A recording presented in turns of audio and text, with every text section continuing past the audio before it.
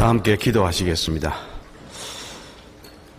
이 시간에도 영화로운 하늘 처소에서 저희를 내려다보시며 참으로 구별된 하나님의 자녀답게, 빛의 자녀답게 거룩한 삶을 살아가기를 원하시는 하나님 아버지의 은혜에 감사를 드립니다. 오늘도 이렇게 새로운 한 주 첫날을 허락하시고 이제 말씀 앞에 나왔습니다. 새로운 한 주가 시작되면 이번 한 주간도 하나님의 선하시고 기뻐하시고 온전하신 뜻 안에서 저희들이 마땅히 해야 할 일이 있고 하나님께 드려야 할 삶이 있는 줄 압니다. 오늘 말씀 앞에 나와 머리 숙인 자녀들 한 심령 굽어 살피시고 능력의 말씀으로 교훈해 주시고 교훈받는 말씀이 참으로 우리의 삶을 주장하고 변화시켜서 날마다 주님의 인격을 닮아갈 수 있도록 친히 역사하여 주시옵소서. 그리하여 우리를 바라보는 세상 사람들이 참으로 놀라우신 하나님의 사랑을 받은 자녀요, 참으로 말씀의 백성임을 보고 듣고 느낄 수 있도록 친히 역사하여 주시옵소서. 상고하는 말씀을 통해 저희들의 삶 가운데 있는 작은 허물도 드러나게 하시고 능력의 말씀으로 씻어 주시옵소서. 이 시간에도 함께하지 못하는 자녀들이 있습니다. 특히 육신의 병고에 시달리고 있는 자녀들, 부상을 당하여 회복 중에 있는 자녀들, 친히 능력의 손길로 붙들어 주시고 일으켜 주시고 온전케 하여 주시옵소서. 또 멀리 해외 선교의 현지에서 수고하시는 주님의 일꾼들, 그 가족들, 함께 신앙생활 하시는 형제 자매님들, 주님 주신 사랑을 늘 마음속에 되새기며 그 사랑 안에서 살아갈 수 있도록 항상 사랑의 손길로 어루만져 주시옵소서. 이 시간 주일 말씀의 시종도 오직 은혜와 능력의 손길에 의지하오며 우리를 한결같이 사랑하시는 예수 그리스도의 이름 받들어 기도하였습니다. 아멘. 다 같이 신약 성경 요한 1서 3장 15절.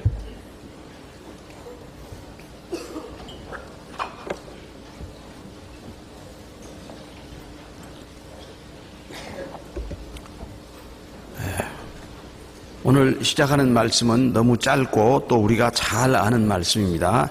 요한 1서 3장 15절 다 같이 읽으시겠습니다. 그 형제를 미워하는 자마다 살인하는 자니 살인하는 자마다 영생이 그 속에 거하지 아니하는 것을 너희가 아는 바라.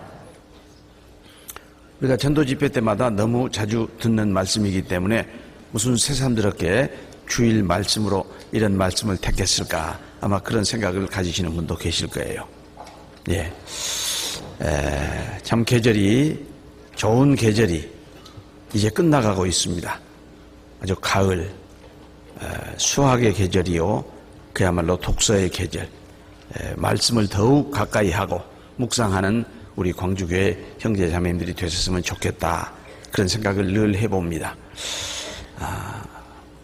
북쪽 지방 저 설악산에서부터 아주 절정을 이루었던 단풍이 이제 점점 남하해가지고 백양산, 내장사, 또 이 노고단에 있는 단풍도 이제 많이 시들어서 떨어지는 그런 시기에 우리는 살고 있습니다. 낙엽이 떨어지는 시기는 항상 한 해를 마감하는 시기가 가까워짐을 우리에게 눈으로 보여주십니다. 한 해가 저물어가면 이제 11월 달 달력도 며칠 뒤면 이제 떨어지고 마지막 달을 장식하는 12월 카렌다를 우리는 눈앞에 대하게 되면 항상 한 해의 삶을 돌아봅니다. 우리가 과거의 일을 회상하면 한 해 동안만 돌아봐도 참 기쁘고 즐거웠던 일, 정말 감사했던 일, 특히 2010년에 구원의 축복을 받으신 분들은 아마 첫 번째 떠오르는 회상이 그 놀라운 사랑과 은혜를 받은 감동이라고 할 수 있겠죠. 그러나 그렇게 아름답고 감동적인 일만 회상되는 건 아닙니다. 정말 씁쓸한 일들, 또 그런 만남을 가졌던 사람들, 그런 생각도 떠오릅니다. 그래서 어떤 그리스도인이 써놓은 글을 며칠 전에 읽어보았는데, 사람은 과거라는 집에서 기억이라는 나무를 가꾸면서 쓴 뿌리와 마른 가지와 열매 맺지 못한 열매에 아파한다고 하는 그런 글을 읽은 적이 있어요. 아마 여러분도 이제 점점 연말이 가까우면서 더욱더 한 해를 돌아보게 될 것입니다. 돌아볼 때 정말 기쁘고 즐겁고 아름다운 일만 있었으면 얼마나 좋겠습니까? 우리는 더욱더 그런 아름다운 일을 기억해야겠죠. 그러나 정말 씁쓸하고 메마르고 열매 맺지 못한 안타까운 일들도 우리에게 좋은 교훈을 줄 수 있다고 생각합니다. 특히 그런 의미에서 한 해를 돌아보는 시기에 우리 구원받은 하나님의 자녀로서, 빛의 자녀로서 우리가 버려야 할 것들을 생각해 보기 위해서 오늘 요한일서 3장 15절 말씀을 택했습니다. 그 형제를 미워하는 자마다 살인하는 자니 살인하는 자마다 영생이 그 속에 거하지 아니하는 것을 너희가 아는 바라. 이 말씀은 예수님이 친히 말씀하신 마태복음 5장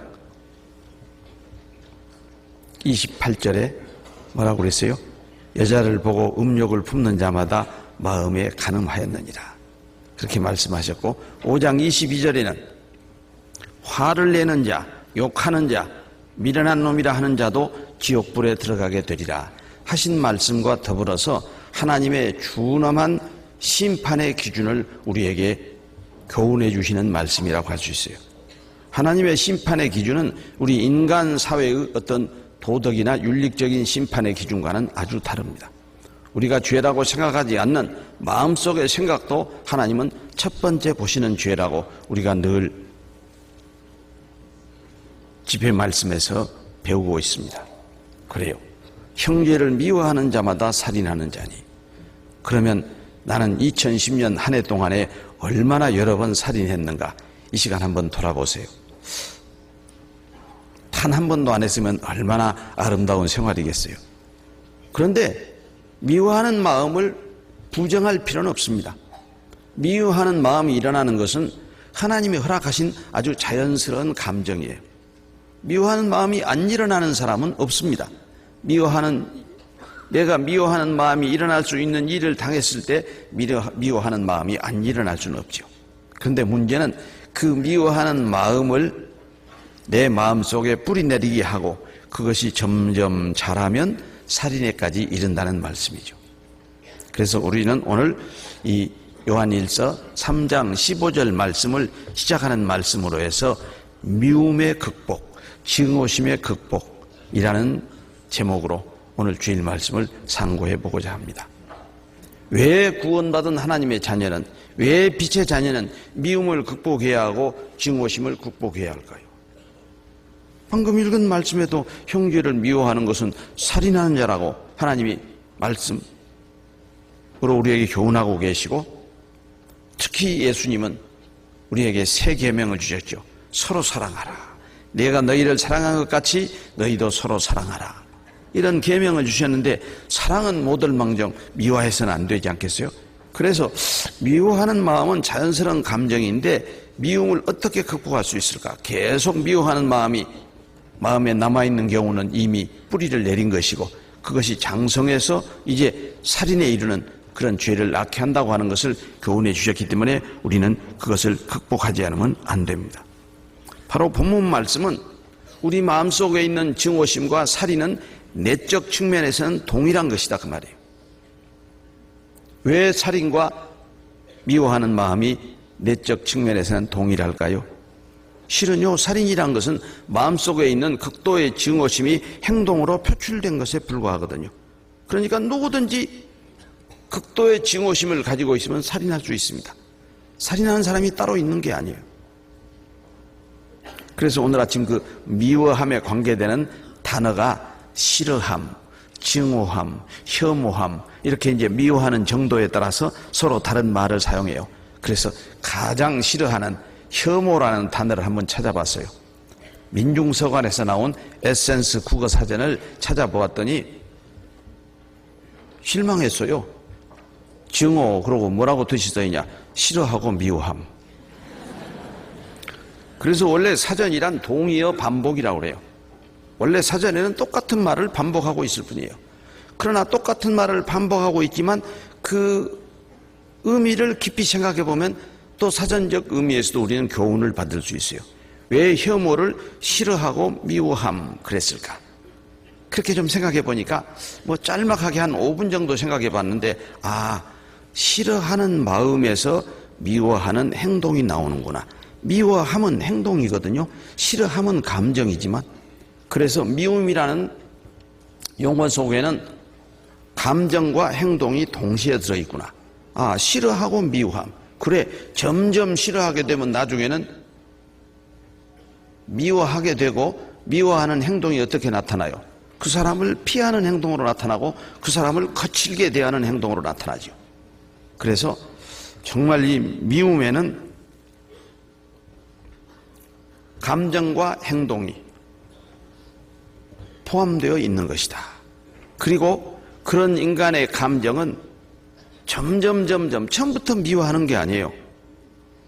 처음에는 오히려 사랑하고 좋아하는 감정이 나중에 변하면 엄청난 증오심으로 바꾸어질 수도 있어요.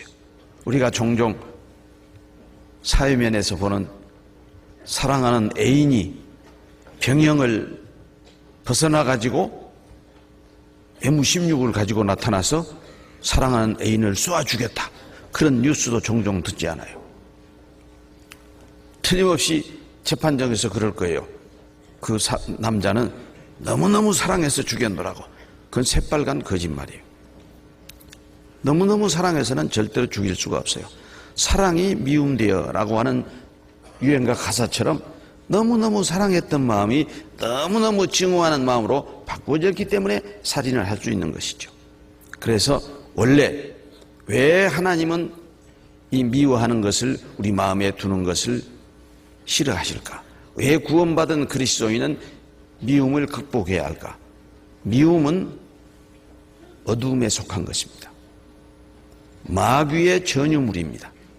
그래서 예수 그리스도께서 친히 뭐라고 말씀하셨어요? 마귀는 처음부터 살인자요 거짓말쟁이라고. 요한복음 8장 44절.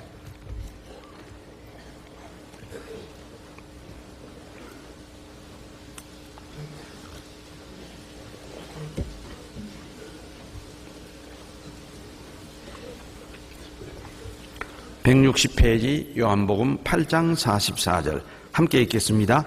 너희는 너희 아비 마귀에서 났으니 너희 아비의 욕심을 너희도 행하고자 하느니라. 저는 처음부터 살인한 자요 진리가 그 속에 없으므로 진리에 서지 못하고 거짓을 말할 때마다 제 것으로 말하나니 이는 저가 거짓말쟁이요 거짓의 아비가 되었음이니라. 여기 44절에 저는 마귀를 가리킵니다. 하나님이 나무래고 있는 이 이스라엘 백성들을 가리키는 게 아니라 저는 마귀, 저는 처음부터 살인한 자요 진리가 그 속에 없으므로 진리에 서지 못하고 거짓을 말할 때마다 제 것으로 말하나니. 그런데 우리가 읽었던 본문 요한일서 3장 15절에는 누가 살인하는 자라고요? 그 형제를 미워하는 자마다 살인하는 자라고 그랬습니다. 왜? 미워하는 것은 마귀에게 속한 것이라니까요.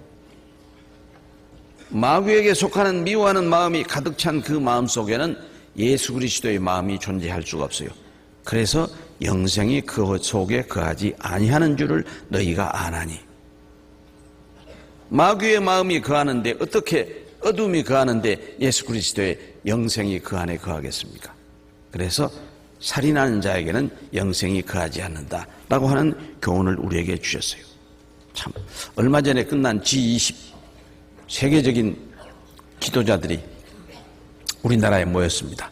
참 우리나라로서는 영광스러운 일이죠. 그 지도자들이 모여서 한결같이 입을 모아서 뭘 말합니까? 화평을 말합니다. 지금 중국 광저우에서 열리는 아시안 게임, 거기 그 한문으로 써진 뒷배경에 자주 그 중계하는 배경 화면에 나오는 아시아 대회 구호를 보세요. 허시에 야저우 허핑, 그렇게 써 있습니다. 그야말로 아시아주가 아주 화평으로 협력해서 살아가기 위해서 그 대회를 거쳐간다는 거예요. 그런데 최근 태권도 경기에서 대만 선수가 실격을 당했다고 그래서 지금 대만에서 그냥 한국을 미워하는 감정이 엄청나게 일어난다는 뉴스를 보면서 여러분도 좀 엉뚱하죠. 그 뭐 상대 선수가 한국 선수도 아니고 뭐 심판이 한국 심판도 아니고, 다만 나중에 뉴스를 자세히 듣고 보니까 그 부정 전자 용구를 착용했다고 실격을 건의한 사람이 한국계 필리핀 사람이래요. 그러면 필리핀을 뭐 미워한다든지 그러면 얘가 돼. 한국계 필리핀 사람인데 한국을 타도하자. 한국 물건 사지도 말자. 태극기를 찍고 막 그냥 한국 텔레비 화면을 그냥 망치로 내리쫓고 그런 화면을 보면서 좀 황당한 느낌을 여러분도 받았을 거예요. 그러나요, 결코 그것이 황당한 게 아닙니다. 대만 사람들 마음속 깊숙한 뿌리에 한국을 미워하는 마음이 있어요.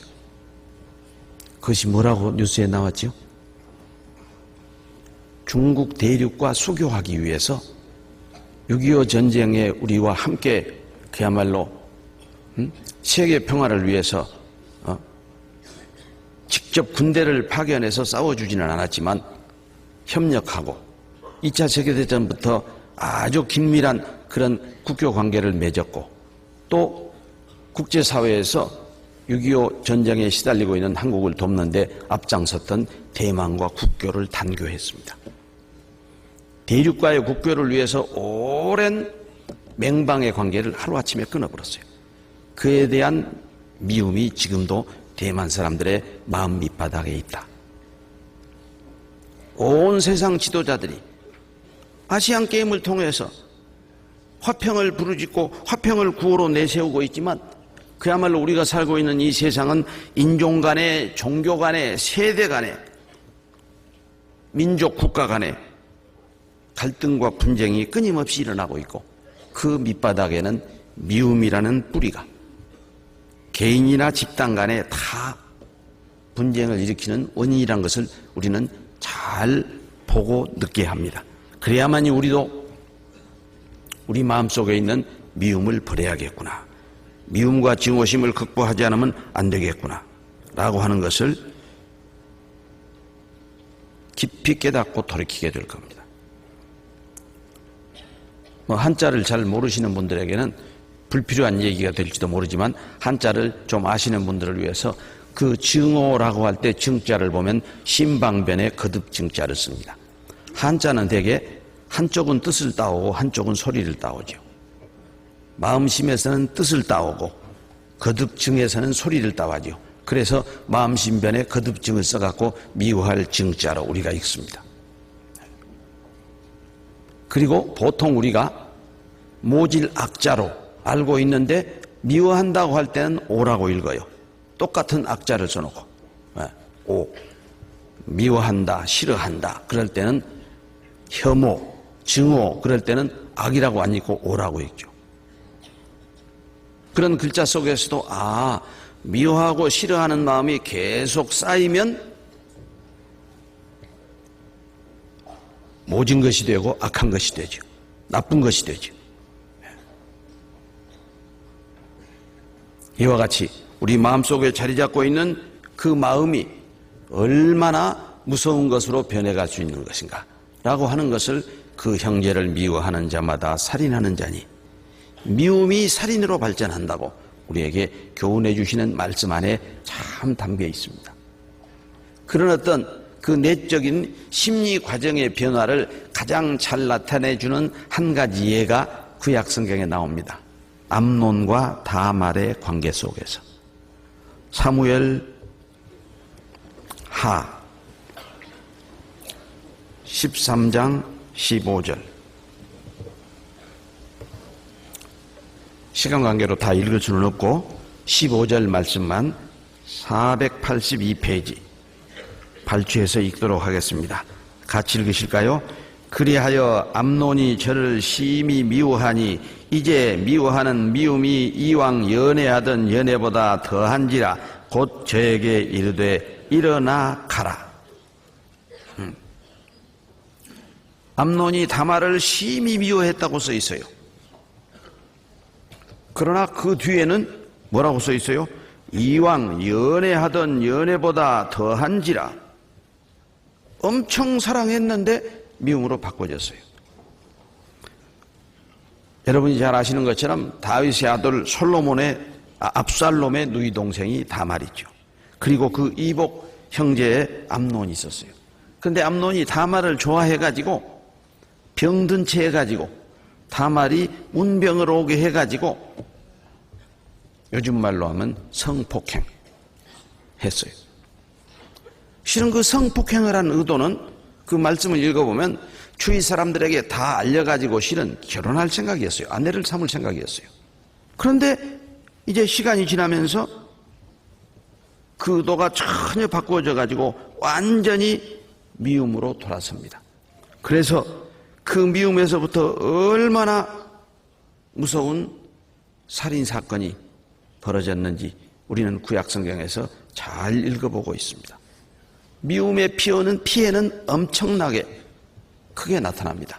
그래서 야고보서 1장 15절에도 욕심이 잉태한 즉 죄를 낳고 죄가 장성한 즉 사망을 낳느니라. 거기 보면 참 재밌는 말이 두 번 반복되고 있어요. 잉태한 즉 낳고 장성한 즉 낳느니라. 왜 거기에 잉태와 태어난다고 하는 출생에 관한 말이 나왔고 또 장성한 즉 낳는다고 했을까? 그래요. 우리 어머니가 나를 잉태했으니까 내가 나왔죠, 이 세상에. 또 내가 나와서 자라면 나도 잉태하고 또 자식을 낳지요. 그 어떤 잉태와 출생의 과정을 그야말로 욕심과 죄의 과정으로, 죄에서 사망의 과정으로 비유해 놓으신 거예요. 야고보서 1장 15절. 예. 뭐 다 잘 외우고 계시지만 암송하지 못하신 분을 위해서 우리는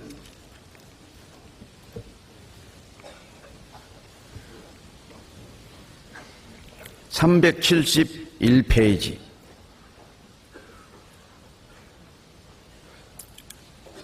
15절 같이 읽겠습니다. 욕심이 잉태한 즉 죄를 낳고 죄가 장성한 즉 사망을 낳느니라. 예. 죄는 욕심이라는 의지가 행동으로 표출된 것이 죄입니다.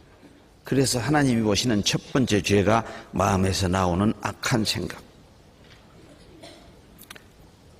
욕심이 행동으로 표출되면 그게 죄가 돼요. 욕심이 나면 남의 물건도 들고 가버린다니까요. 제가 컵도 들고 간 사람 봤다고 그랬죠? 그래요.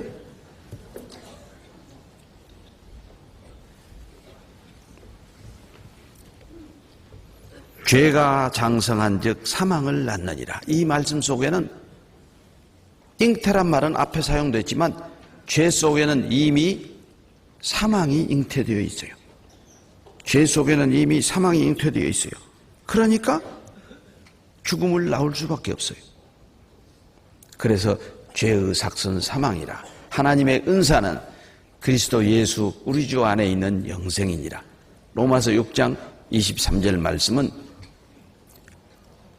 죄와 사망의 관계, 그리고 사망과 영생의 관계를 한 절 안에 담아 놓으셨습니다. 로마서 6장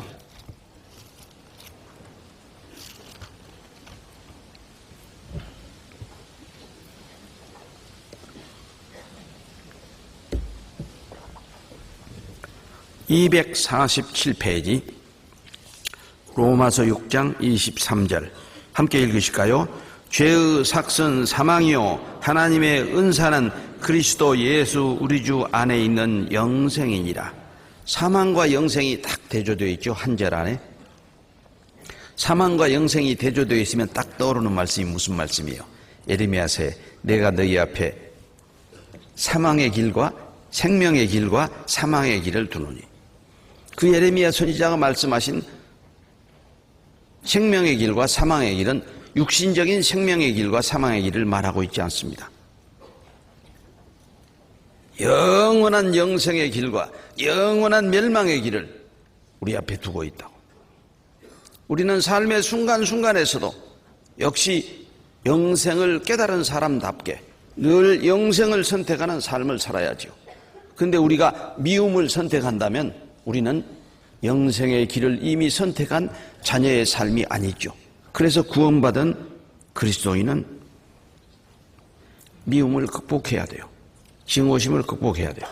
우리가 미움과 증오심을 극복하기 위해서는 성경상에 나타난 미움에 대한 교훈을 먼저 살펴볼 필요가 있어요. 성경에는 미움에 대해서 구원받은 그리스도인에게 마땅한 교훈을 주고 있는데 오늘은 그 중에서 3가지만 살펴보겠습니다. 첫째, 하나님의 사람, 하나님의 자녀, 빛의 자녀는 세상의 미움을 받는다. 그것이 하나님이 우리에게 주시는 첫 번째 미움의 교훈이라고 할 수 있어요. 요한복음 15장 18절 19절.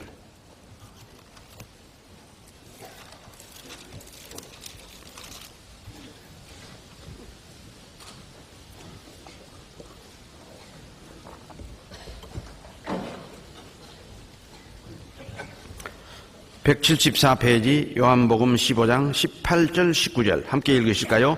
세상이 너희를 미워하면 너희보다 먼저 나를 미워한 줄을 알라. 너희가 세상에 속하였다면 세상이 자기 것을 사랑할 터이나 너희는 세상에 속한 자가 아니요 도리어 세상에서 나의 택함을 입은 자인 고로 세상이 너희를 미워하느니라. 예. 세상이 구원받은 우리를 미워하는 것은 세상 사람들이 예수를 미워하기 때문이에요. 그리고 우리가 세상으로부터 미움을 받는 것은 우리가 세상에 속하지 않았고 주님의 택함을 받은 하나님의 백성이라고 하는 증거라고 말씀하고 계십니다. 미움받는 게 위로가 될 수 있죠. 세상 사람한테 미움받는 건 위로가 될 수 있어요. 그러나 우리는 사랑하는 형제 자매들로부터 미움을 받는 것은 절대 위로가 될 수가 없어요. 상처가 되죠. 또 세상 사람은 우리를 미워하지만 또 우리는 세상 사람을 미워할 수 없어요. 우리가 구원해야 할 영혼들이니까. 미움으로 구원할 수 있습니까? 사랑으로 구원할 수 있기 때문에. 우리는 하나님이 우리를 사랑하신 사랑을 알고 믿어서 구원을 받았어요. 그것을 알기 때문에 우리는 세상의 미움을 받지만 세상을 미워할 수는 없어요. 세상 사람들을 미워할 수는 없어요. 물론 사단 마귀의 유혹은 우리가 미워해야죠. 그러나 형제 자매의 미움은 우리를 상처를 받게 합니다. 상처를 받게 한다는 말은 바꿔서 말하면 내가 형제 자매를 미워하면 형제 자매가 상처를 받죠.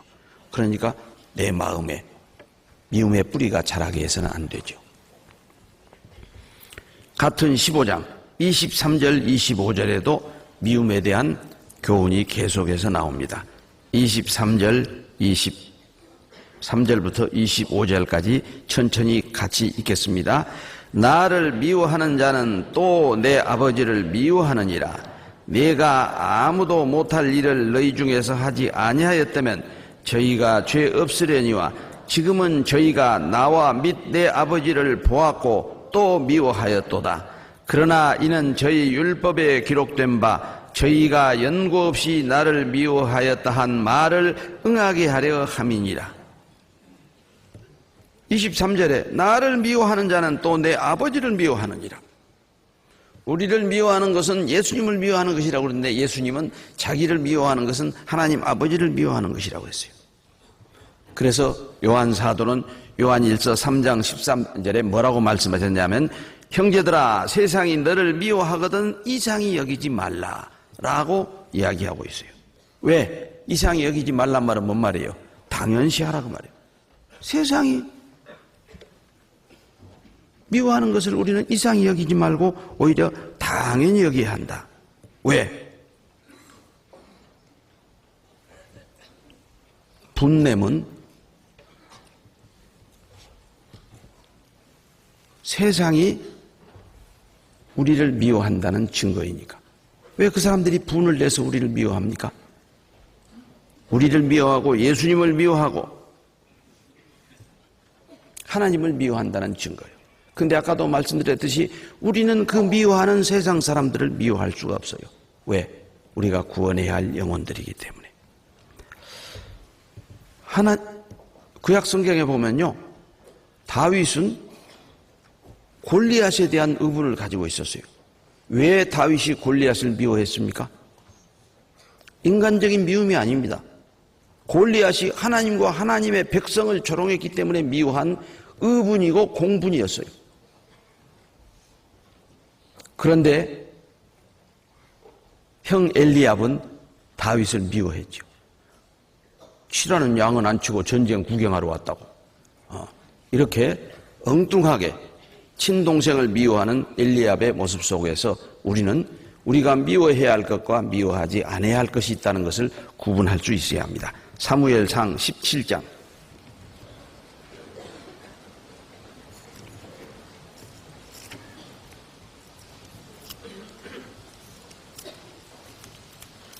27절 28절 사무엘상 17장 27절 28절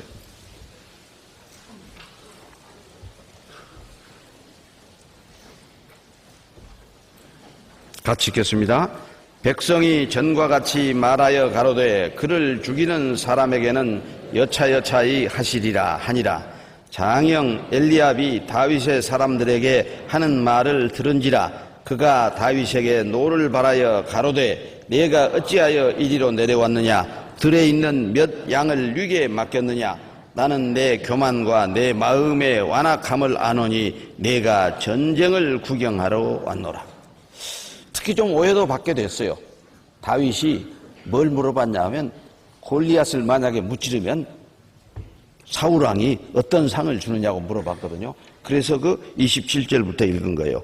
백성이 전과 같이 말하여 가로되 그를 죽이는 사람에게는 여차여차히 하시리라. 지금 다윗이 그 상이 욕심나서 물어본 겁니까?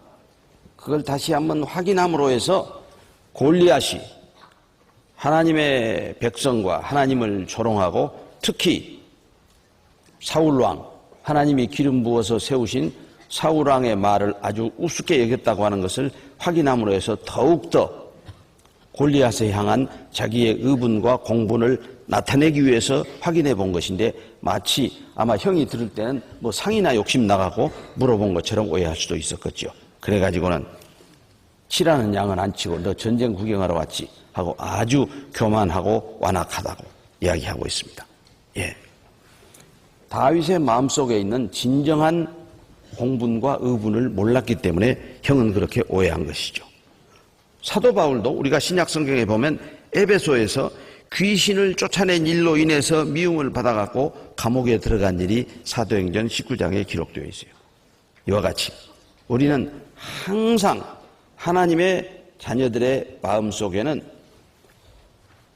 미움을 제해야 되는데 자꾸 미움을 부추기는 그런 마귀의 유혹이 늘 계속됩니다. 그래서 근신하라 깨어라. 마귀가 우는 사자와 같이 삼킬 자를 찾느니라 라고 베드로 사도도 우리에게 경고하고 있습니다. 우리가 그 이솝우화를 읽어보면 아주 어처구니 없는 이야기거리가 하나 나와요. 그게 뭐냐면 아마 호랑이 담배 먹던 시절 이야기했던 것 같아요. 사자가 어떤 마을에 내려와갖고 아주 예쁜 딸하고 결혼하겠다고 부모에게 통보를 했어요. 읽은 기억나시죠? 생각해봐요. 무슨 놈의 사자가 사람 딸에게 결혼하겠다고 통보를 해. 호랑이 담배 먹던 시절 이야기라니까요. 그러니까 부모는 너무너무 두려웠어요. 그 무시무시한 사자가 그 예쁜 딸과 결혼하겠다고 하니 얼마나 무서웠겠어요. 그런데 그 어린 딸이 아버지 어머니 걱정하지 마세요. 이 다음에 사자가 오거들랑 한 가지 조건만 내거세요. 우리 딸이 결혼을 하기는 하는데 조건이 하나 있다고. 뭐냐고. 이빨하고 발톱을 빼면 결혼하겠다고. 그래서 이 멍청한 사자가 결혼은 되게 하고 싶었던 모양이죠. 그래서 이빨도 뽑고 발톱도 뽑았대요. 그리고 결혼식 날 드디어 도착했어요. 동네 사람들이 몽둥이로 잡았어요. 왜 그런 어처구니 없는 그 같은 우화가 이솝우화 속에 들어있냐 하면요. 실은 그 이솝우화 속에도 그리스도인에게 아주 중요한 저는 교훈이 들어있다고 생각해요. 우는 사자와 같이 삼킬 자를 찾는 마귀를 우리가 싸워서 이겨내려면 담대함과 지혜가 있어야 돼요. 그 사자가 결혼하자고 해도 조금도 두려워하지 않는 담대함. 그리고 입 바르고 발톱 한번 빼면 결혼하겠다라고 하는 그 지혜, 그것이 바로 그 이솝이 그 우화를 쓴 저는 교훈이 담겨 있다고 생각합니다. 우리도 항상 미움을 제해야 되는데 우리 마음속에 미움을 부추기는 마귀의 유혹이 있습니다. 그것을 이겨낼 수 있는 담대함과 지혜를 우리는 마음속에 갖지 않으면 이겨낼 수 없습니다. 두 번째 미움에 대한 교훈은 하나님의 자녀는 반드시 미워해야 할 것이 있어요. 세상으로부터 미움을 받는다가 첫 번의 교훈이었다면 하나님의 자녀가 반드시 미워해야 할 것이 있어요. 그것이 무엇일까요? 내 자신의 의와 교만이에요. 바로 엘리압이 가지고 있던 그 자기 자신만의 의와 교만이 동생의 뜻을 모르고 그야말로 하나님과 하나님의 백성을 조롱하고 골리앗을 쳐부수면 이러이러한 상을 주겠다고 내건 사울왕의 말을 우스꽝스럽게 여기고 있는 골리앗을 쳐부시겠다고 하는 다윗의 마음을 모르고 네가 치라는 양은 안 치고 전쟁을 구경하러 왔느냐. 이러한 정죄와 판단은 어디서부터 나오냐. 자기는 동생보다 훨씬 더 똑똑하고 의롭고 잘났다라고 하는 생각이 있기 때문에 그런 판단과 정죄가 이루어지는 겁니다. 누가복음 16장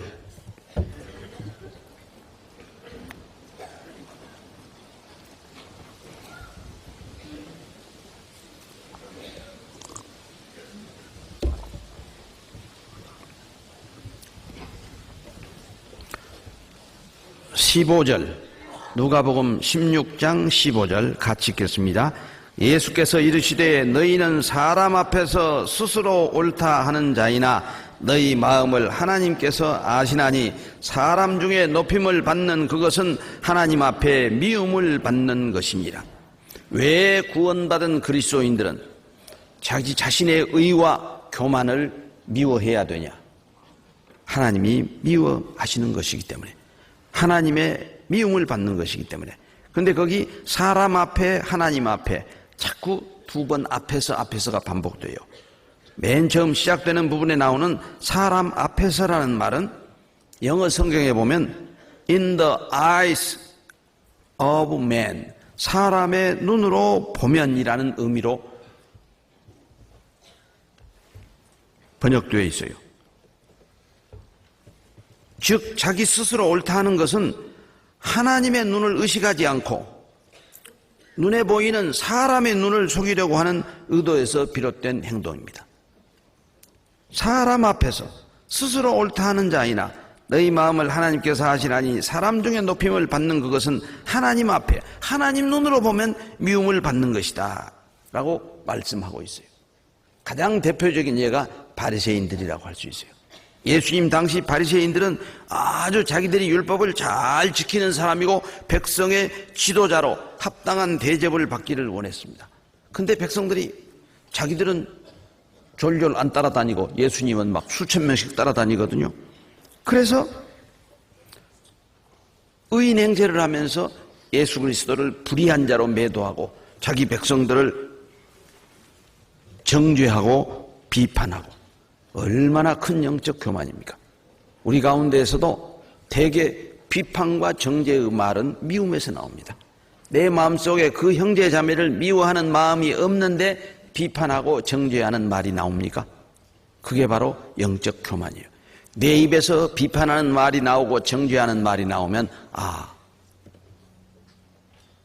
내 마음에 영적 교만이 자리 잡고 있다라고 생각하면 틀림없을 겁니다. 오히려 마음이 겸손한 사람은 남을 칭찬합니다. 허물이 있어서 덮어줍니다. 정죄하고 비판하는 말은 영적 교만에서 나오는 거예요.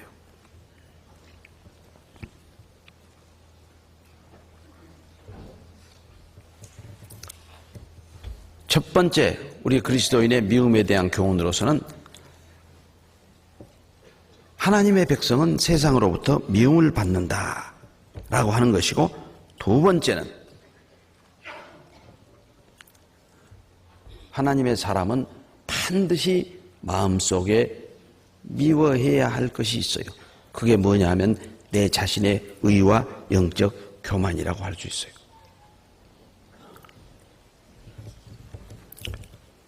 그 바로 누가복음 16장 펴놓으셨으니까 바로 위에 보면 13절 말씀이 있습니다. 13절 말씀 같이 읽겠습니다.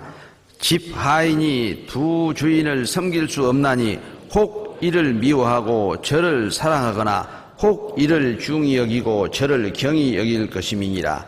너희가 하나님과 재물을 겸하여 섬길 수 없느니라. 우리의 마음속에는요, 비록 구원을 받았는데도 하나님과 피조물을 비교하려고 하는 죄의식이 있어요. 비교한다는 말은 무엇을 더 우선시할까 하고 저울질해 보는 것. 그 중에 대표적인 것이 재물입니다. 우리가 정말 한 해를 마감하면서 예수님이 누가복음 16장 13절에 집 하인이 두 주인을 섬길 수 없나니 혹 이를 미워하고 저를 사랑하거나 혹 이를 중히 여기고 저를 경히 여길 것임이니라. 너희가 하나님과 재물을 겸하여 섬길 수 없느니라. 제일 마지막에 나와 있는 내가 과연 올 한 해는 하나님과 재물을 겸하여 섬기지 않은 해가 되었는가? 정말 나는 하나님을 보다 내가 가진 재물보다 훨씬 더 중히 여기는가? 그건 뭘로 나타나지요? 행동으로 나타나는 거니까요. 중히 여기는 마음이 있으면 중히 여기는 행동으로 나타나요. 입으로는 다 중히 여긴다고 말해요. 다 간증합니다. 그러나 그렇게 간증해서 중히 여기는 게 아니죠. 마음에 가득한 것이 입 밖으로 나온다는 말은 행동으로 나온다 그 말이에요. 나는 올 한 해를 마감하면서 정말 나를 구원해 주신 주님을 위해서 내가 가지고 있는 재물 가운데 얼마를 하나님께 드릴 수 있었는가? 받는 자가 주는 자보다 더 복이 있다고 말씀하셨는데 혹시 내가 드리지 못해서 나는 복을 누리고 있지 못하지는 않는가? 그런 생각도 해보셔야 합니다. 왜 우리의 마음속에 이렇게 재물과 하나님과를 이렇게 비교하는 그런 악한 죄송이 발동할까요? 우리가 살고 있는 세상이 금전만능 시대, 아주 재물을 중히 여기는 그런 풍조 속에 우리도 살고 있기 때문에 오늘 돌아가시면서 저 헌금함 상자 앞을 한번 지나가시면서 생각해 보세요. 지금 여기 꽂혀져 있는 헌금함 속에 헌금 봉투에 정말 금년 1년 동안 충실하게 내가 정말 주님께 내가 가진 재물을 얼마나 드린 것이 기록되어 있는가? 기록되어 있거든요. 나타나 있어요. 마음에 중하게 여기는 것이 행동으로 나타나 있습니다. 그러니까 생각나네요. 미국의 한 플라스틱 회사 사장인 스테인리 템이라고 하는 친구가 있었어요. 너무 회사 일에 쫓기다 보니까 날로 사업이 잘 되는 게 아니라 점점 기울어요. 부도가 나기 직전이 되었어요. 그리고 가만히 돌이켜보았어요. 아, 내가 재물을 하나님보다 더 중히 여겼고 회사 일을 하나님보다 더 중히 여겼구나 라고 하는 그런 깨달음이 왔어요. 그래서 바로 변호사를 찾아갔답니다. 그리고 계약서를 작성했어요. 우리가 들으면 우스꽝스러운 계약서죠. 우리 회사의 사장님은 하나님이시고 회사 수입의 51%를 하나님께 드린다. 사장님께 드린다. 하나님께 드린다고 하죠. 우리 회사의 사장님은 하나님이시고 우리 회사의 수익의 51%를 사장님께 드린다라고 변호사를 통해서 계약을 설정하고 정말 그 약속대로 살았더니 엄청난 축복을 받아서 아주 미국 굴지의 플라스틱 회사로 성장했다라고 하는 그런 통계를 읽은 적이 있어요. 그런 예화를 읽은 적이 있어요. 정말 여러분 드리고 받는 축복을 체험해 보세요. 그 받지 않은 사람은 모릅니다.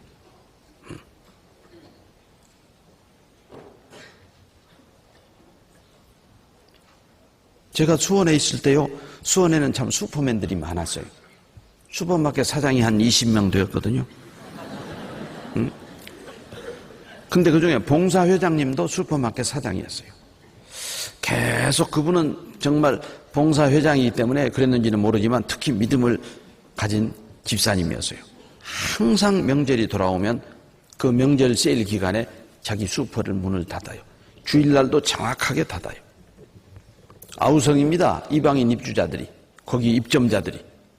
아니 주말에 가장 많이 팔아서 매상을 좀 올리려고 하는데 사장님이 문 닫으라고 하니까. 그러면 사장님은 딱 계약서를 내보인대요.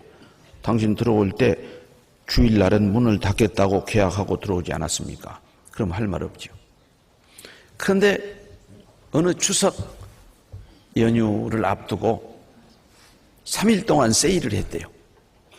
항상 그때 안 하고 문을 닫았는데 이 세일 매출이 엄청나거든요. 평상시에 한 매일 400만 원 정도 이렇게 매출이 오르면 그런 명절 세일을 하면 하루에 1000만 원 이상의 매출이 올라가요. 얼마나 이익이 많이 나겠어요. 그래서 아마 드디어 욕심이 생겨서 그랬던지 그동안 통 안 하던 오픈을 했어요. 3일 동안. 그리고 나서 그 다음에 구역 모임에 와서 간증하는데 내가 다시는 문을 열지 않겠다. 그렇게 간증했어요. 고생만 칙살나게 하고 이익은 평상시 세일하는 것보다도 못하게 이익을 얻었다. 역시 하나님의 말씀대로 살지 않으니까 축복해 주지 않았다. 물론 이방인이 명절 세일했으면 엄청 잘 팔렸겠죠. 그런데 역시 하나님의 사람이었기 때문에 그는 그런 경험을, 씁쓸한 경험을 하고 나서 그런 간증을 하는 것을 들어본 적이 있습니다.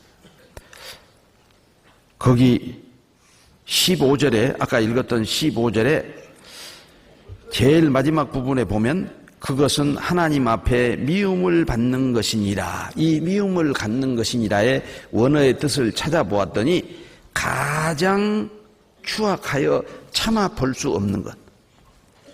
우리는 그냥 단순히 미움을 받는 것이다 이렇게 번역되어 있는데 가장 추악하여 참아 볼 수 없는 것 이라고 되어 있는 그 원어의 뜻을 아침에 이 참고문헌에서 찾아보면서 정말 하나님이 영적 교만을 얼마나 미워하시고 그 앞에부터 계속되는 말씀에서 보면 정말 하나님과 피조물을 비교하는 것을 얼마나 미워하는가라고 하는 것을 알 수 있죠.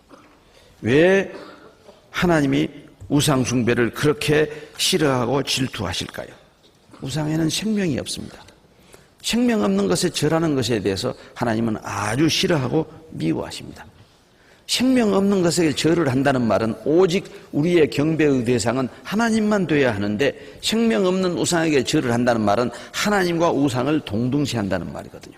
그래서 그렇게 미워하고 질투하시고 축복과 저주의 말을 아울러 해놓으셨어요. 먼저 출애굽기 20장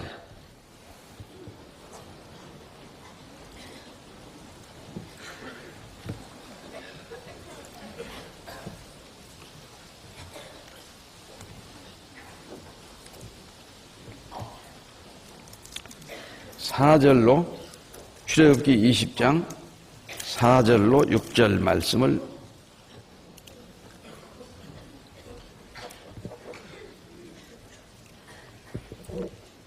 112페이지 출애굽기 20장 4절로 6절 같이 읽겠습니다.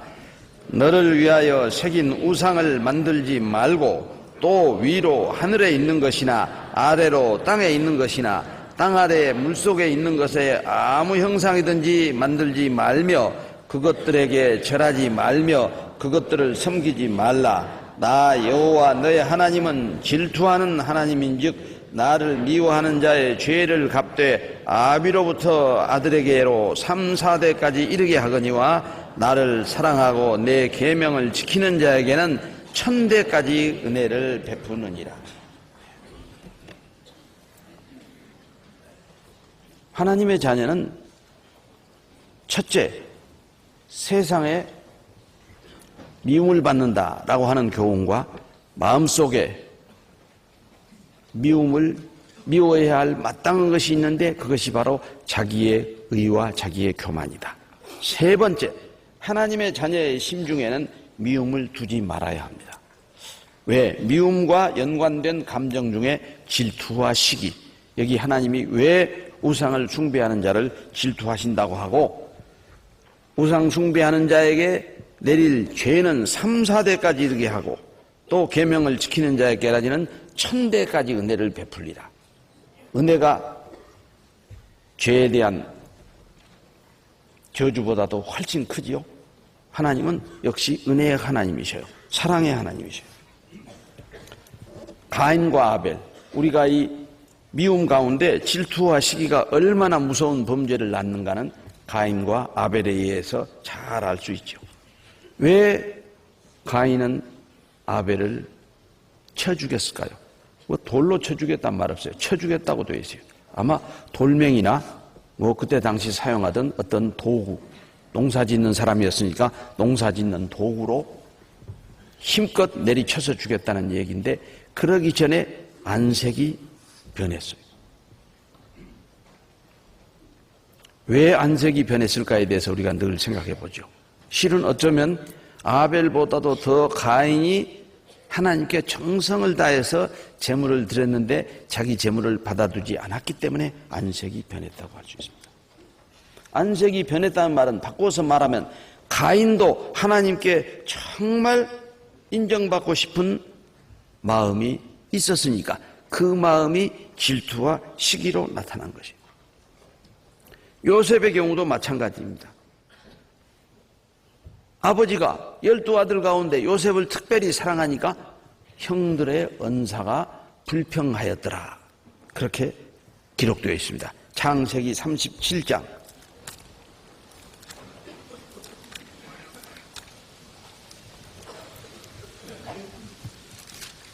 4절.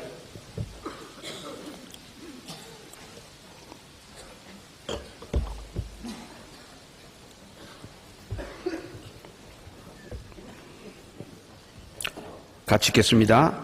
그 형들이 아비가 형제들보다 그를 사랑함을 보고 그를 미워하여 그에게 언사가 불평하였더라.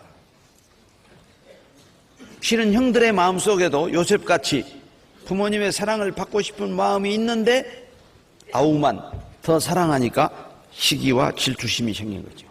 그런데 거기다 또 요셉이 부채질을 해요. 5절 보세요. 5절 같이 읽겠습니다. 요셉이 꿈을 꾸고 자기 형들에게 고함해 그들이 그를 더욱 미워하였더라. 어때요 여러분? 입장을 바꾸어서 형들이 꿈 꾸었으면, 그런 꿈 꾸었으면 꿈 얘기 안 했을까요? 근데 자기들은 못 꾼 꿈을 동생이 꾸고 모두 다 동생 앞에 절하는 그런 꿈 얘기를 하니까 더욱더 증오심이 커진 것이죠. 10절 11절 같은 장 10절 11절 같이 읽겠습니다. 그가 그 꿈으로 부형에게 고함해 아비가 그를 꾸짖고 그에게 이르되 너의 꾼 꿈이 무엇이냐? 나와 내 모와 내 형제들이 참으로 가서 땅에 엎드려 내게 절하겠느냐? 그 형들은 시기하되 그 아비는 그 말을 마음에 두었더라. 이 말씀으로 모아서 실은 아버지가 요셉을 나무란 것은 형들의 미움을 덜 받게 하려고 한 립 서비스라고 할 수 있어요. 왜? 형제들이 시기했지만, 형들은 시기했지만 그 아비는 그 말을 마음에 두었더라. 그 사랑하는 아들이 꾼 꿈 얘기를 들으면서 혹시 저 녀석이 앞으로 장성해갖고 대단한 자리에 앉아서 우리 가족들이 다 가서 절할지도 몰라, 그런 생각을 하고 있었어요. 그런데도 왜 나무랬어요? 형들의 시기심을 좀 누그러뜨리기 위해서. 그러나 미움의 결국은 시기 질투로 인해서 형들이 노예로 팔아먹어버리죠. 마음속에 있는 미움은 친형제 간을 애굽의 상인들에게 노예로 팔아먹는 그런 무서운 결과를 낳았습니다. 그러니까 그만큼 강렬하게 그 형들의 마음속에도 그런 부모님의 인정을 받고 싶은 마음이 있었다는 증거지요. 28절 한 장 넘기셔서 28절.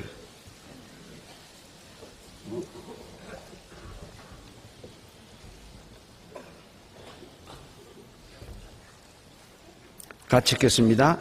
때에 미디안 사람 상고들이 지나는지라 그들이 요셉을 구덩이에서 끌어올리고 은 20개 그를 이스마엘 사람들에게 팔매 그 상고들이 요셉을 데리고 애굽으로 갔더라.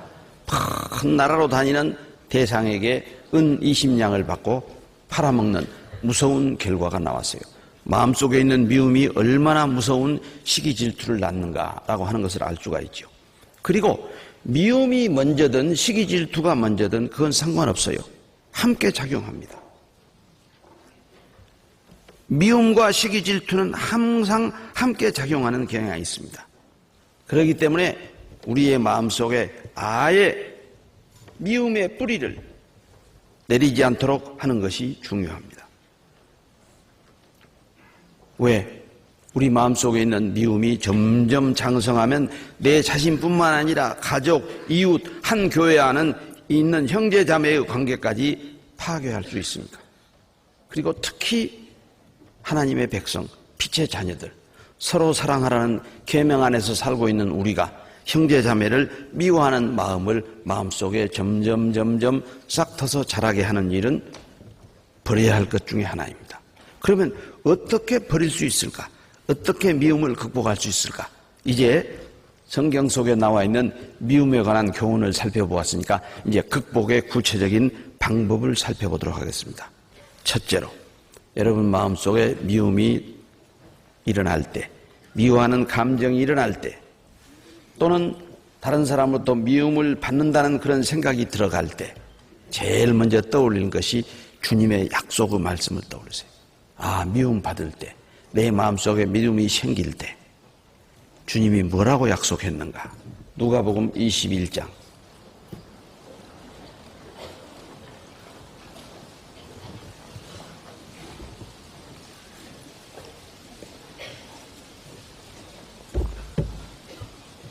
17절 18절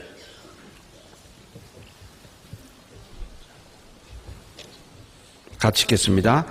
또 너희가 내 이름을 인하여 모든 사람에게 미움을 받을 것이나 너희 머리털 하나도 상치 아니하리라.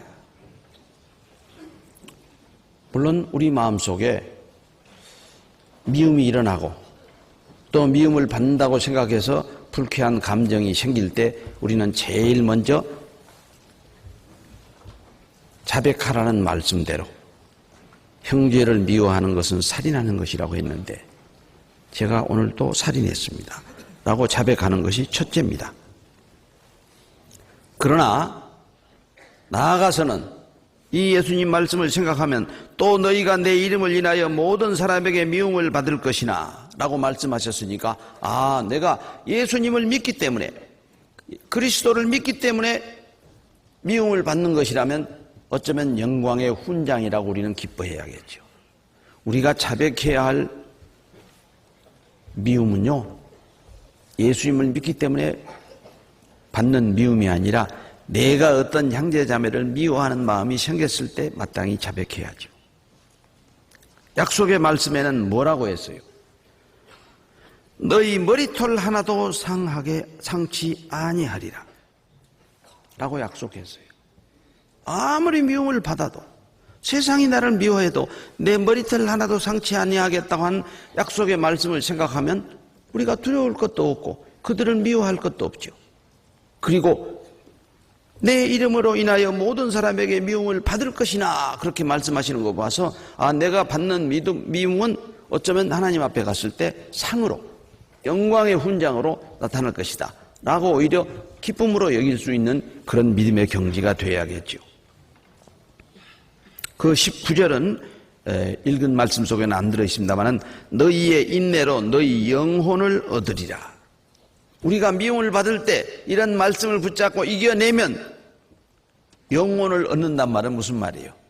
우리의 영성이 점점 자라는 거예요. 사소한 미움에도 상처를 받던 사람이 점점 이런 약속의 말씀을 붙잡고 이겨내면 엄청난 순환 앞에서도 우리는 담대하게 이겨낼 수 있는 영성의 사람으로 자랄 수 있습니다. 아마 그런 약속의 말씀을 포괄적으로 19절에 너희의 인내로 너희 영혼을 얻으리라. 우리가 언제는 영혼이 없었습니까? 영혼을 얻으리란 말은 그런 어떤 영적인 힘을 우리가 더욱더 얻게 된다는 것을 약속하신 말씀이라고 생각합니다. 특히 예수님의 말씀도 우리가 미움을 극복하는 데 도움이 되지만 사도 바울이 기록한 말씀 가운데에도 우리가 미움을 극복할 수 있는 그런 구체적인 방법이 될 수 있어요. 갈라디아 5장 16절에 늘 자주 말씀드리죠. 성령을 쫓아 행하라. 그리하면 육신의 소욕을 이루지 아니하리라. 성령을 쫓아 행하라. 누구도 욕심은 일어납니다. 단 성령의 뜻을 이루느냐, 내 육신의 소욕을 이루느냐라고 하는 차이는 성령을 따르느냐, 육체의 욕심을 따르느냐에서 결정되죠. 그러니까 우리의 마음속에 일어나는 미움도 육신의 욕심 가운데 하나일 뿐이에요. 우리가 성령을 쫓아 행하면 육신의 소욕이 행해지지 않는다는 말씀이죠. 육체의 성령을 쫓아 행하라. 그리하면 육체의 소욕을 이루지 아니하리라. 내가 성령을 쫓아 행하느냐, 육신의 소욕을 따르느냐에 따라서 우리의 성취가 결정됩니다. 갈라디아 5장 22절, 23절에 나오는 성령의 9가지 열매 속에는 미움의 열매는 없습니다. 사랑과 희락과 화평과 오래 참음과 자비와 양성과 충성과 온유와 절제, 9가지 성령의 열매 속에 미움의 열매를 찾아볼 수 있습니까? 없습니다. 그래서 성령을 쫓아 행하면 믿음의 열매, 성령의 9가지 열매가 열리죠. 갈라디아서 5장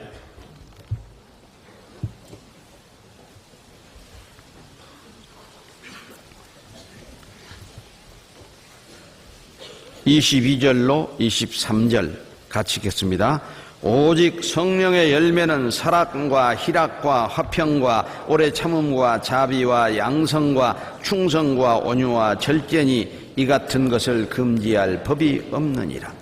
그 9가지 열매 속에는 아무리 우리가 찾아보아도 미움과 증오와 관계된 열매는 없습니다. 왜? 이 성령의 9가지 열매는 성령을 쫓아 행할 때 열리는 열매이기 때문에 우리가 한 해를 돌아보면서 정말 결실하지 못한 아쉬움이 있다면 왜 성령의 9가지 열매 가운데 부족함이 있을까? 내가 아직도 내 마음속에 미움의 씨를 재버리지 못하기 때문에 그게 자라서 성령의 9가지 열매가 주렁주렁 열리는 것을 방해하고 있다. 그래서 마르틴 루터가 늘 이야기하는 예화가 생각나죠. 새가 머리 위에 잠시 깃들 수는 있다. 새가 지나가다 앉을 수는 있어요. 잠시 내 마음속에 미움의 생각이 일어날 수는 있어요. 그러나 둥지를 틀지는 못하게 하라. 미움의 생각이 언뜻 스쳐가는 것은 자연스러운 감정이라고 이야기할 수 있습니다. 그러나 마귀가 머리에 둥지를 둔다는 것은 미움의 생각이 스치고 지나가는 게 아니라 아주 마음에 뿌리를 내리고 그것이 장성해서 죄를 낳고 또 죄가 장성하면 사망을 낳는 그런 무서운 결과가 나타날 것이기 때문에 그와 같은 예화를 우리에게 주었다고 생각합니다. 두 번째, 이제 구체적인 극복의 방법으로는 주님의 말씀이나 사도들이 주신 권면의 말씀을 상기하면 우리가 미움을 이겨낼 수 있습니다. 일상생활에서 늘 하나님 보시기에 선한 삶을 선택하는 산제사로서의 삶을 사는 것입니다. 로마서 12장 1절에 사랑하는 형제들아, 내가 너희에게 권하니 너희 몸을 하나님이 기뻐하시는 거룩한 산제사로 드리라. 거룩한 산제사. 우리는 늘 일상의 삶 속에서 선한 일을 선택해야 합니다. 그런데 그런 선한 삶을 선택하지 못하게 하는 것이 내 가족일 수도 있고 내가 귀중하게 여기는 어떤 일일 수도 있고 심지어 내 꿈일 수도 있습니다.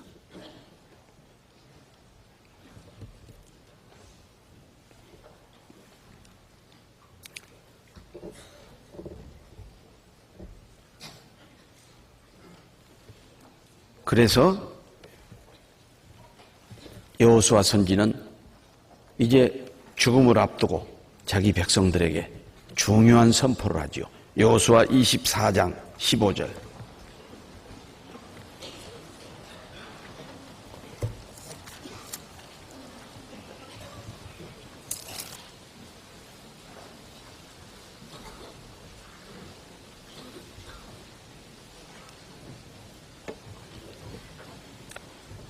358페이지 함께 읽겠습니다. 만일 여호와를 섬기는 것이 너희에게 좋지 않게 보이거든 너희 열조가 강 저편에서 섬기던 신이든지 혹 너희의 거하는 땅 아모리 사람의 신이든지 너희 섬길 자를 오늘날 택하라. 오직 나와 내 집은 여호와를 섬기겠노라. 여호수아 선지가 나와 나의 집은 여호와를 섬기겠노라 라고 선포하는 것은 세상을 미워하고 우상을 숭배하지 않겠노라, 강 저편에서 섬기던 우상을 섬기지 않겠노라, 오히려 미워하겠노라 라고 하는 뜻입니다. 아울러 우상을 숭배할 때 우상을 선택한 결과를 동시에 견고하고 있습니다. 왜? 하나님은 결코 천지 만물을 창조하신 하나님이 아닌 생명이 없는 우상을 선택한 것을 그냥 보고 지나치지 않으니까. 19절 20절에 경고되어 있죠. 19절 20절 같이 읽겠습니다. 여호수아가 백성에게 이르되 너희가 여호와를 능히 섬기지 못할 것은 그는 거룩하신 하나님이시요 질투하시는 하나님이시니 너희 허물과 죄를 사하지 아니하실 것임이라. 만일 너희가 여호와를 버리고 이방 신들을 섬기면 너희에게 복을 내리신 후에라도 돌이켜 너희에게 화를 내리시고 너희를 멸하시리라. 얼마나 무서운 경고입니까? 자기와 자기 집은 여호와를 선택하겠다, 섬기겠노라고 선언하는 것은 세상을 미워하고 우상을 미워하겠다고 하는 선언님과 동시에 하나님은 그러한 세상을 미워하지 않고 우상을 선택했을 때 어떤 무서운 저주가 함께하는가를 경고하고 있습니다. 사무엘도 이새의 아들 중에서 하나님이 택하신 자인 줄 알고 엘리압을 기름 부으려고 했죠. 그때 하나님이 사무엘 선지에게 뭐라고 말씀하시죠? 사무엘상 16장 7절.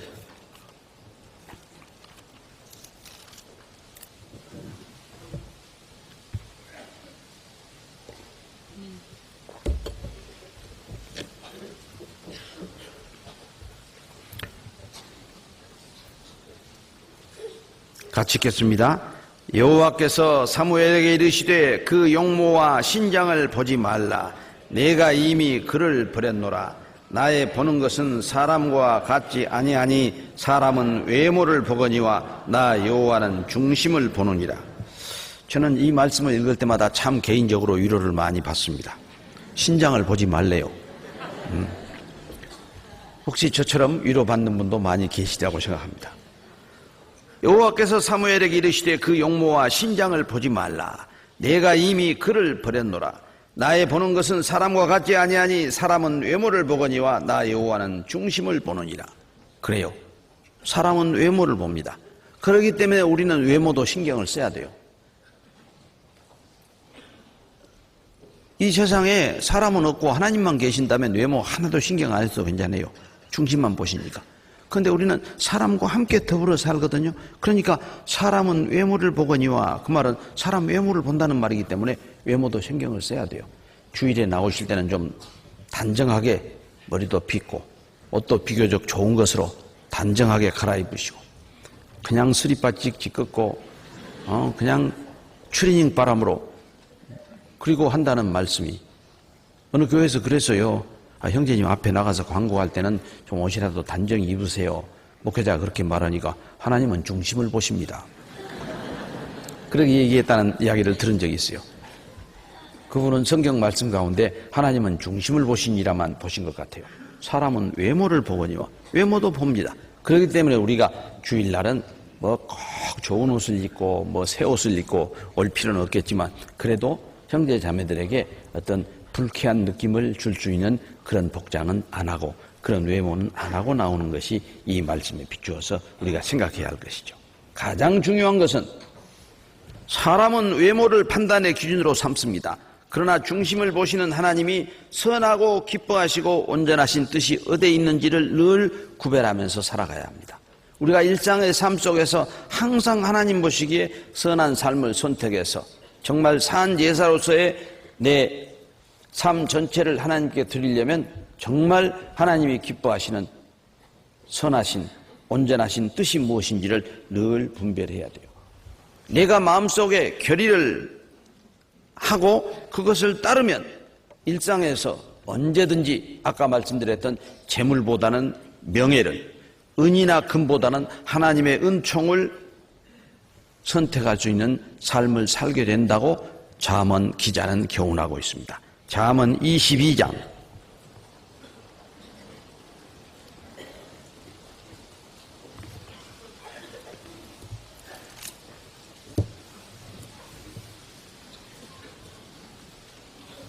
1절, 잠언 22장 1절 함께 읽으실까요? 많은 재물보다 명예를 택할 것이요 은이나 금보다 은총을 더욱 택할 것입니다. 여기 많은 재물보다 명예를, 그러니까 세상적인 명예가 아닙니다. 정말 하나님 나라에서 하나님 백성들 앞에 정말 영광스러운 그런 명예를 말하는 것이죠. 은이나 금보다 은총을 더욱 택할 것이니라. 우리가 이 세상에 재물이 많은 것보다 늘 하나님의 은총 가운데 사는 삶을 감사하고 기뻐해야 합니다. 여기에서 한 걸음 더 나가서 이제 우리가 악을 미워하고 선을 택할 수 있어야 합니다. 로마서 12장 9절에는 사랑엔 거짓이 없나니 악을 미워하고 선에 속하라 라고 우리에게 교훈하고 있습니다. 악을 미워하고 선에 속하라. 선에 속하란 말은 선을 택하라 그 말이에요. 왜? 성령이 부끄럽게 아니함은 하나님의 사랑이 우리 마음에 부음받았다고 그랬죠. 하나님의 사랑은 우리에게 악을 미워하고 선을 택할 수 있는 능력도 주십니다. 그래서 시편 기자는 이렇게 고백하고 있습니다. 시편 97편 10절.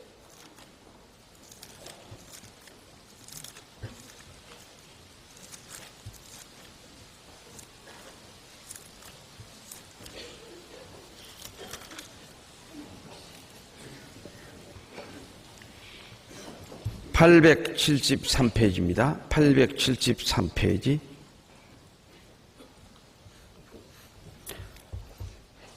시편 97편 10절 말씀 같이 읽겠습니다.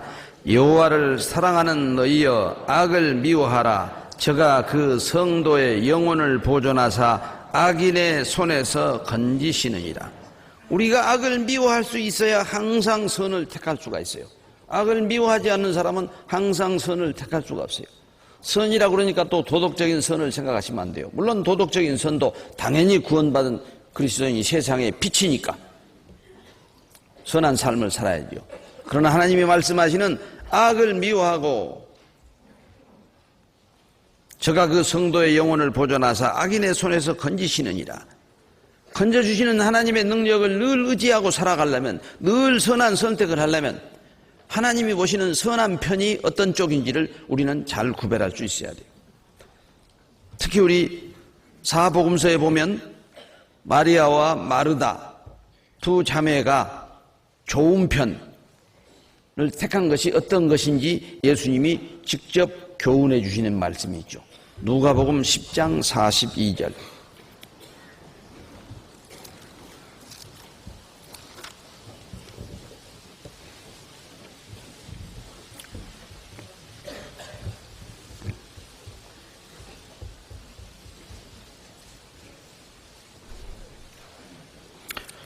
누가복음 10장 42절 같이 읽겠습니다. 그러나 몇 가지만 하든지 혹 한 가지만이라도 족하니라. 마리아는 이 좋은 편을 택하였으니 빼앗기지 아니하리라 하시니라. 마리아가 택한 좋은 편이 어떤 편이죠? 말씀 듣는 편. 열심히 봉사하고 일하는 것도 중요하지만 우리도 봉사에 치우치다 보면 이 말씀 들어야 할 시간에 일을 하고 있는 경우가 있을 수 있어요. 그래서 우리가 대전도 집회에도 돼주시면 7시 15분, 20분 안에 배식이 다 끝나게 협조해달라고 하는 광고를 하죠. 주차봉사, 참 더운 날씨에, 추운 날씨에 많이 고생하십니다. 그래도 찬송이 끝나고 이제 말씀이 시작되는 시간에는 강당에 오시든지 주차봉사 사무실에든지 말씀 앞에 앉아 있는 것이 마리아처럼 선한 편을 택한 것이에요. 왜? 우리가 늘 말씀에서 힘을 얻어야만이 우리는 악을 미워하고 선을 택할 수 있는 삶을 살아갈 수 있기 때문에 우리가 이렇게 주일 말씀 듣는 시간을 우리는 주일 집회라고 그러죠. 그런데 대개 다른 교회들에서는 주일 예배라고 그래요. 예배가 무슨 뜻인가 생각해 보면 참 우리는 정말 예배를 드리면서도 예배라는 말을 특별히 사용하기를 자제하죠. 그런데 예배라는 말을 아주 즐겨 쓰는 교회에 가보면 진짜 예배가 아니에요. 영어로 예배를 워십 또는 서비스라고 합니다. 워십이란 말은 가치 있는 일에 봉사한다는 말이에요. 무엇이 가장 가치 있는 일일까요? 말씀을 가까이 하는 것, 말씀을 듣는 것. 그런데 정작 말씀 공부하는 시간은 20분, 길어야 30분. 그리고 그 밖에 많은 거룩한 절차와 형식이 있죠. 그런데 그런 분들은 꼬박꼬박 주일 예배, 수요 예배, 구역 예배, 예배라는 말을 씁니다. 우리는 항상 하루의 삶이, 내 한 주간의 삶이, 내 평생의 삶이 정말 하나님의 선한 편을 택해서 늘 말씀을 가까이 하고 말씀을 묵상하고 그 배운 말씀대로 살아서 내 삶을 거룩한 산 제사로 드리고 싶은 소망을 가진 사람들이기 때문에 특별히 이 시간만 예배란 말을 쓰지 않아요. 이 시간도 예배입니다. 문 밖에 나가서 오늘 하루 종일 주일의 삶도 내 삶을 주님께 드리는 정말 거룩한 산 제사로서의 예배가 되어야 합니다. 그래서 우리는 항상 하나님을 섬기기로 정했다는 여호수아 선지의 선포는 어쩌면 예배를 회복하겠다고 하는 산 제사로서의 삶을 계속 더욱 분발해서 살아가겠다고 하는 선포라고도 할 수 있어요. 시편 기자는 25편에서 이렇게 기록하고 있습니다. 시편 25편.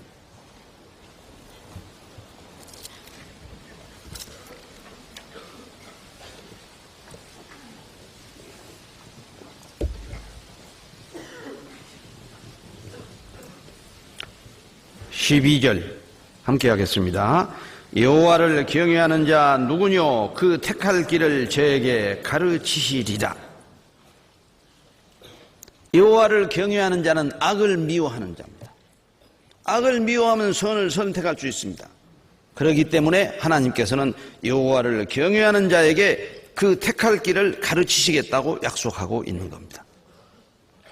우리가 말씀을 더욱더 가까이 하는 삶을 살아야 내 마음속의 미움을 극복하고 악을 미워하고 선을 택하는 삶을 살 수 있습니다. 121편 시편.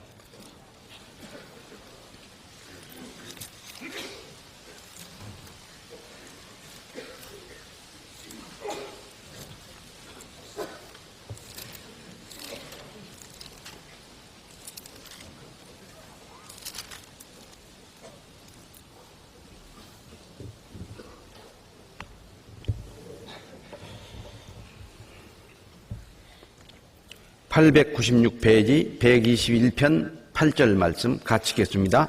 여호와께서 너의 출입을 지금부터 영원까지 지키시리로다.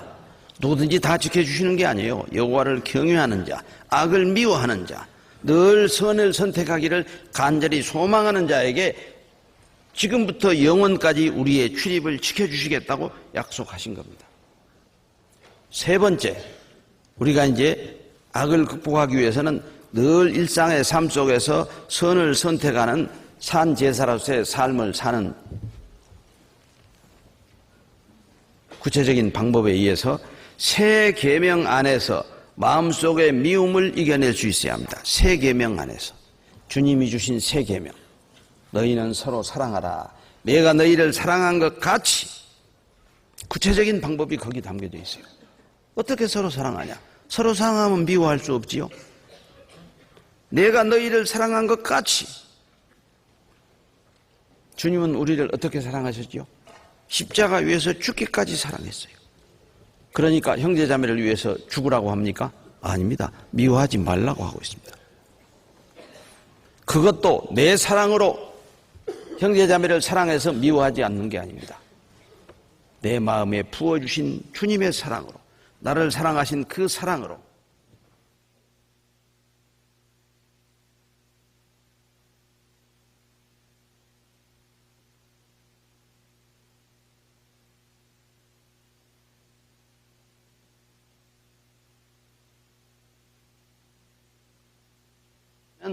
보이는 게 없어요. 하나도 좋은 점은 안 보여요. 하나도 사랑스러운 점은 안 보여요. 그래서 미움은 다툼을 일으키고 우리의 눈을 멀게 합니다. 요한일서 2장 11절.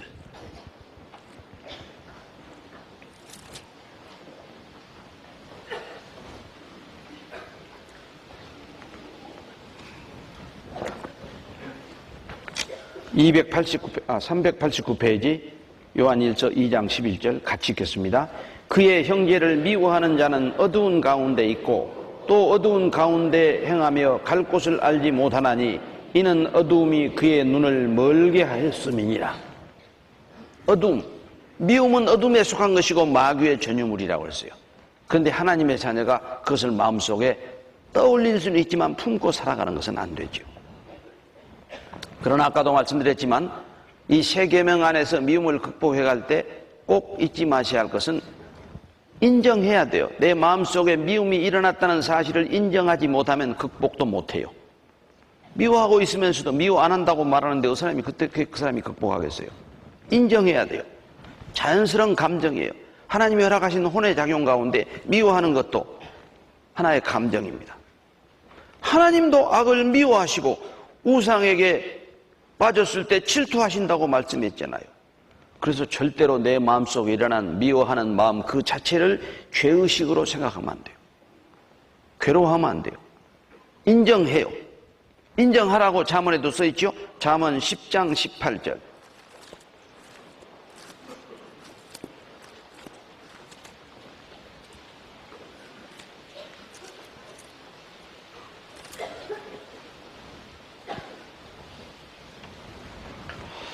(919페이지) 같이 읽겠습니다. 미워함을 감추는 자는 거짓의 입술을 가진 자요 참소하는 자는 미련한 자니라. 미워하는 마음이 있는데 감추면 용서가 안 돼요. 아, 내가 미워하는 마음이 있다. 그런데 어떻게 용서할 수 있을까? 용서하게 해달라고 기도한다는 것은 마음속에 미워하는 마음을 인정한다는 것입니다. 인식하고 있어요. 그래 용서가 돼요. 후반부에 나와 있는 참소하는 자는 미련한 자니라. 마음속에 미움이 있으면 참소하게 되어 있어요. 그러니까 마음속의 미움을 인정하고 용서를 빌고 그것을 극복하기 위한 지혜와 능력을 하나님께 구하지 않고 참소하는 자는 미련한 자죠.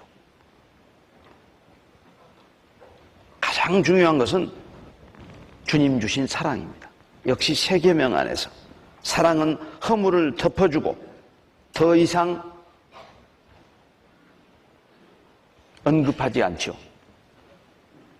허물을 봐도 덮어주고 그 허물을 더 이상 언급하지 않는 게 용서의 시작입니다.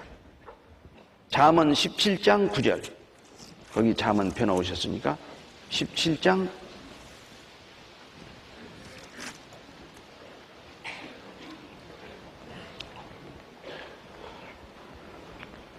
928페이지 함께 읽겠습니다. 허물을 덮어주는 자는 사랑을 구하는 자요 그것을 거듭 말하는 자는 친한 벗을 이간하는 자니라. 허물을 덮어주는 자는 사랑을 구하는 자요 그것을 거듭 말하는 자는 친한 벗을 이간하느니라. 미움이 있어도 이런 말씀에 따라서 우리가 얼마든지 그것을 극복하고 살아갈 수 있다는 것입니다. 그리고 형제를 미워하는 일이 얼마나 무서운 일인가. 마지막 말씀으로 요한 1서 4장 20절.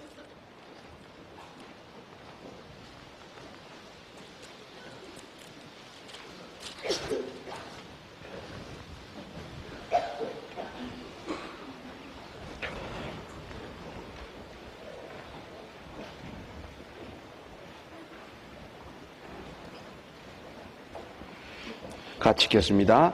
누구든지 하나님을 사랑하노라 하고 그 형제를 미워하면 이는 거짓말하는 자니 보는 바 그 형제를 사랑치 아니하는 자가 보지 못하는 바 하나님을 사랑할 수가 없느니라. 누구든지 하나님을 사랑하노라 하고 그 형제를 미워하면 이는 거짓말하는 자래요. 아니, 눈에 보이는 형제 자매들을 사랑하지 못하면서 눈에 보이지 않는 하나님을 사랑한다. 그것이 가능한 말입니까? 눈에 보이는 형제 자매를 사랑할 수 있는 사람이라야 눈에 보이지 않는 하나님을 사랑하노라고 말할 수 있죠. 물론 하나님의 사랑이 먼저입니다. 우리가 하나님의 사랑을 알고 믿었어요. 그러나 믿음의 자녀들은 눈에 보이는 형제 자매를 사랑하는 것이 하나님을 사랑하는 것이에요. 우리는 우리 마음속에 일어나는 미움을 극복하기 위하여 무엇보다도 너희가 내 이름으로 모든 사람으로부터 미움을 받을지라도 머리털 하나도 상하지 않게 하겠다고 예수님은 약속하셨어요. 예수님의 약속의 말씀을 붙들어야 돼요. 그리고 일상에서 늘 선한 삶을 선택하기 위해서 하나님의 선하시고 기뻐하시고 온전하신 뜻이 무엇인지를 분별해야 돼요.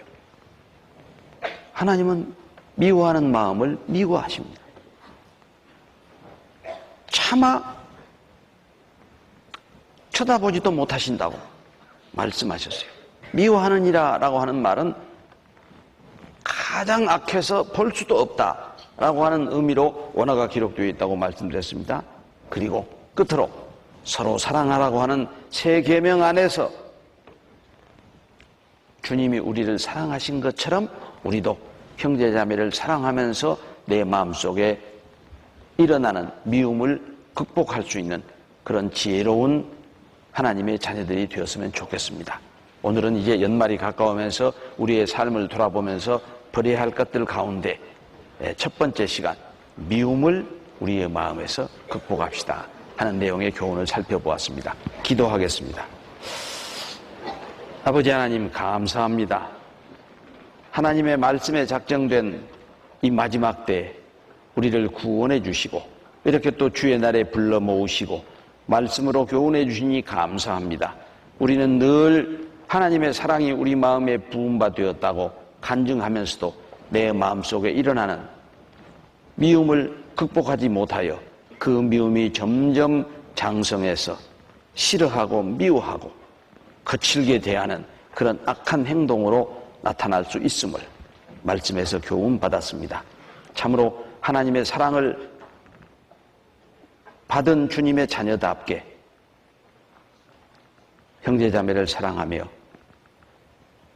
허물을 사랑으로 덮어주면서 거듭 말하지 않는 그런 빛의 자녀로 살아갈 수 있도록 늘 함께 하시고 인도하시고 도와주시옵소서. 남아있는 오후의 모든 교제의 일정, 또 이번 한 주간도 많은 집회들이 개혁되어 있습니다. 말씀 앞에 나오는 영혼들 참으로 사랑하여 구원받기까지 간절히 기도하고 인도할 수 있도록 친히 주 성령께서 앞서 행하시고 성령의 지혜와 능력을 불어넣어 주시옵소서. 우리를 한결같이 사랑하시는 예수 그리스도의 이름 받들어 기도하였습니다. 아멘.